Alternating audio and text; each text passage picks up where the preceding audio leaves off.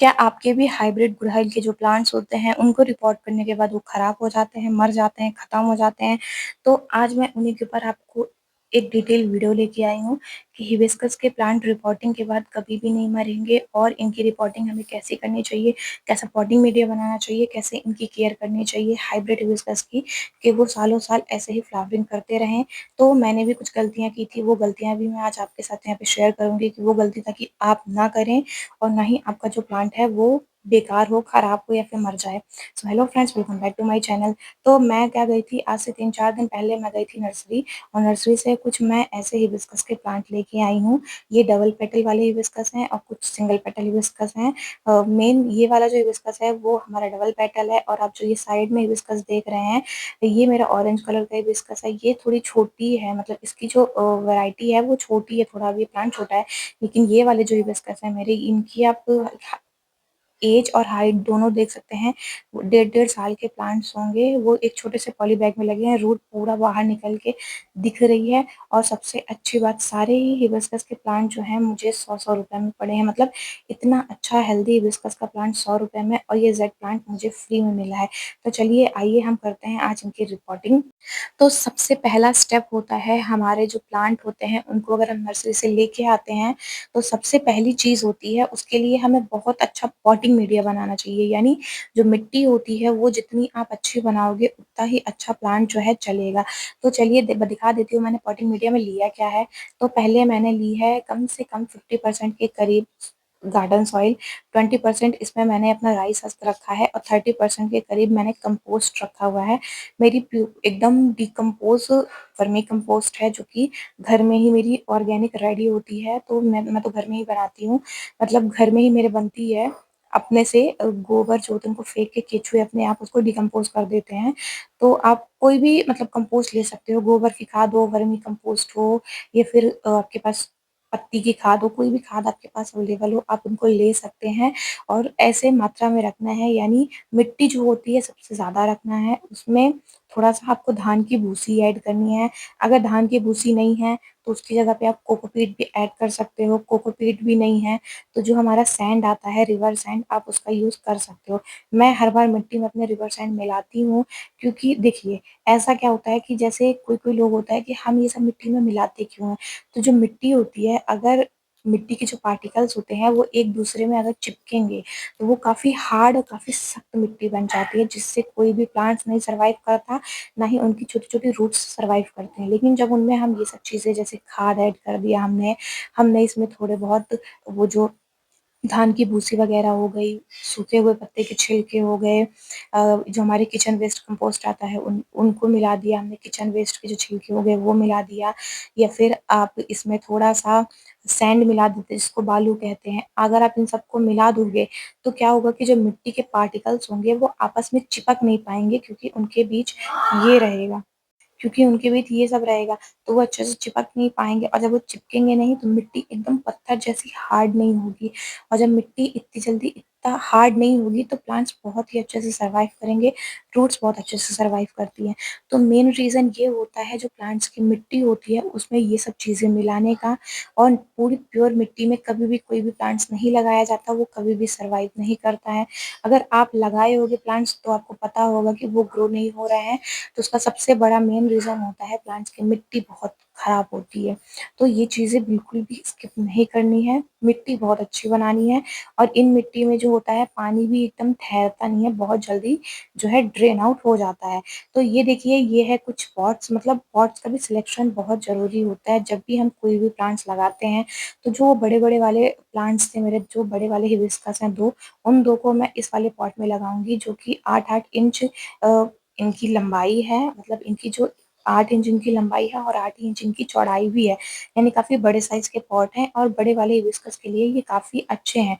जो छोटा वाला हिबिस्कस है, अभी जो छोटा-सा है, उसको मैं छोटे से पॉट में शिफ्ट करूँगी। तो उसके लिए सबसे पहले हमें क्या करना है, ड्रेनेज होल कर लेना है, जो कि मैंने कर लिया है अपने प्लांटर में। उसके बाद उसको कवर करना है। आपके पास दिया होगा, कोई भी कंकड़-पत्थर वगैरह हो, आप उनका यूज़ कर सकते हो। लेकिन यहाँ पे आपने देखा होगा कि मैंने अभी पिछली वीडियो में बताया था कि मैंने जो है कोकोपीट बनाई हूँ, जो नारियल के छिलके वेस्ट हो जाते हैं, उनसे हम कोकोपीट बना सकते हैं घर पे। तो उसी से मैंने कोकोपीट बनाया था। पीस के, अगर आपने वो वीडियो नहीं देखी होगी, आपको भी जानना है कि घर में कोकोपीट कैसे बनाते हैं, तो लिंक मैं डिस्क्रिप्शन बॉक्स में डाल दूँगी, आप वहाँ से चेक कर लीजिएगा। तो उसको मैंने पीस के बनाया था, तो इसके जो ये रेशे बचे हुए थे, उसको मैंने नीचे डाल दिया। ये बेस्ट ड्रेनेज का काम करेगा और धीरे-धीरे ये डिकम्पोज़ भी हो जाएगा, प्लांट्स में कोई भी दिक्कत नहीं होगी। या फिर आपके पास ऐसे कार्डबोर्ड के टुकड़े वगैरह हों, आप उनको भी तोड़ के डाल सकते हो। बस हाँ, जो पन्नी वगैरह होती है, वो ना जाए, इस चीज़ का आपको ध्यान रखना है। उसके बाद हम नीचे, अगर आपके पास किचन वेस्ट है, छिलके वगैरह हैं, पत्ते वगैरह हैं सूखे, आप उनको नीचे फिल कर सकते हो। उसके बाद ऊपर से आप मिट्टी डाल के प्लांट लगा सकते हो।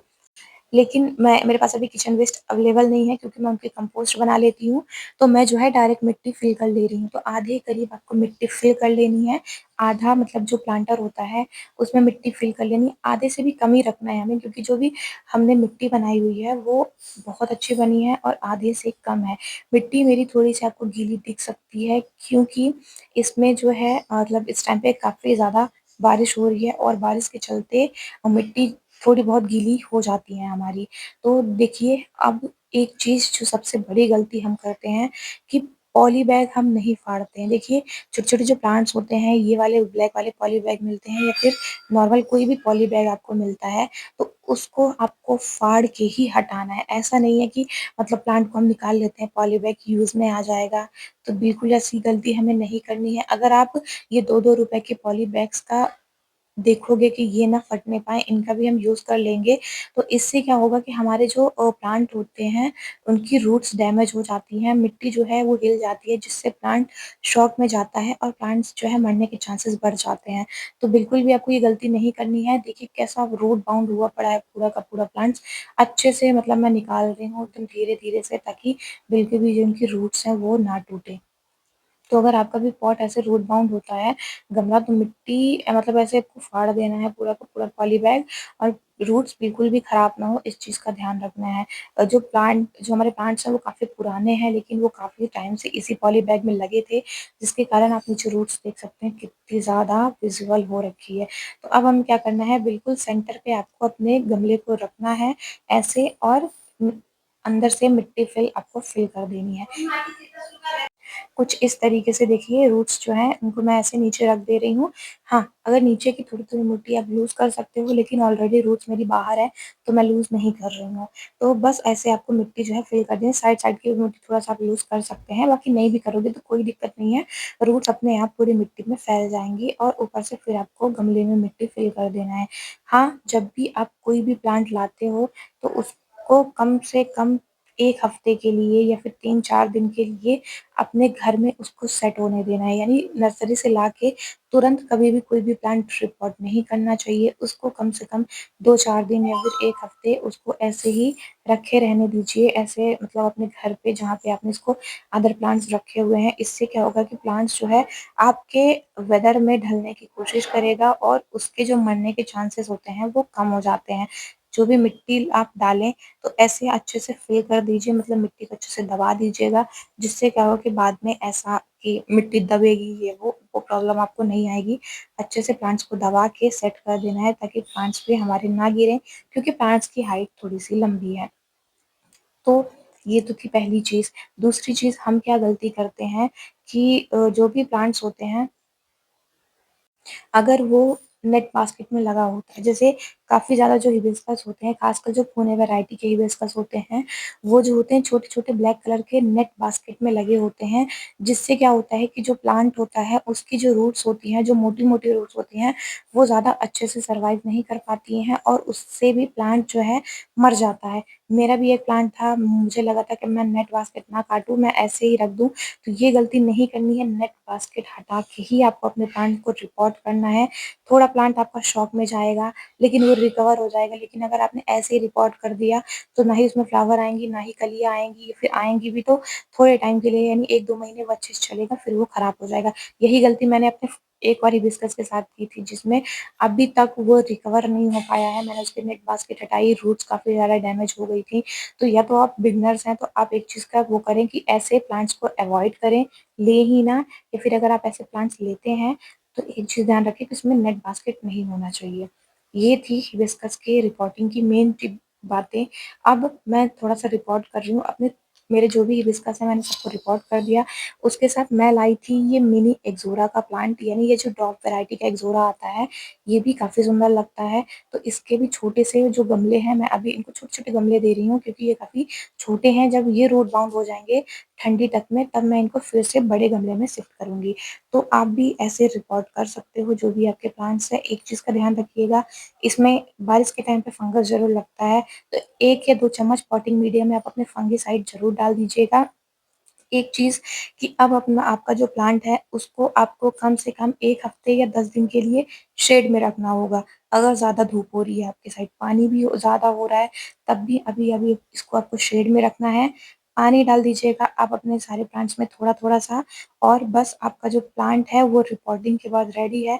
इसमें किसी भी तरह का शॉक नहीं लगेगा क्योंकि हमने इनकी जो मिट्टी है उनको बिल्कुल भी डिस्टर्ब नहीं किया है, रूट्स को डिस्टर्ब नहीं किया है, बस इनको बड़े बड़े गमले में एज़ इट इज़ सेट कर दिया है। अब 1 हफ्ते बाद जो है, मैं अपने सारे ही प्लांट्स को पूरी की पूरी सनलाइट में रख दूँगी, यानी क्योंकि ज़्यादा धूप अब टाइट हो नहीं रही है, बारिश का टाइम है, ह्यूमिडिटी बहुत अच्छी है।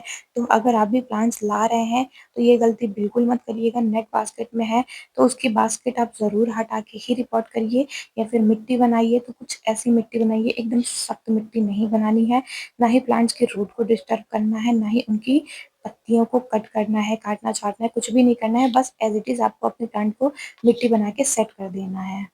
अगर हो सके तो अभी अगर आपके पास ह्यूमिक एसिड हो, तो 1 लीटर पानी में 1 चम्मच के करीब ह्यूमिक एसिड को डाल के आप इनमें दे सकते हैं, जिसपे जो ट्रांसप्लांट का शॉक है वो हमारे प्लांट्स को ना लगे। बाकी अभी भी कोई भी शॉक नहीं लगेगा क्योंकि बारिश का टाइम है तो प्लांट्स काफ़ी जल्दी सेट हो जाते हैं। तो ये थी मेरी छोटी-सी वीडियो हिबिस्कस के प्लांट की रिपोर्टिंग के ऊपर। अगर आपको इनका अपडेट जानना है कि 10 से 12 दिन बाद हम कैसे इसमें क्या करेंगे, और 15 से 20 दिन का जब मेरा हिबिस्कस का प्लांट हो जाएगा, रूटिंग स्टार्ट हो जाएगी, तब मैं इसमें फीडिंग स्टार्ट करूँगी। कौन-सा फीडिंग कैसे दूँगी, क्या शेड्यूल रहेगा, पूरा का पूरा आपके साथ शेयर करूँगी।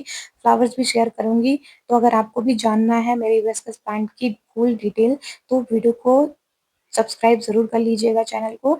मिलते हैं नेक्स्ट वीडियो में, तब तक के लिए बाय बाय, हैप्पी गार्डनिंग।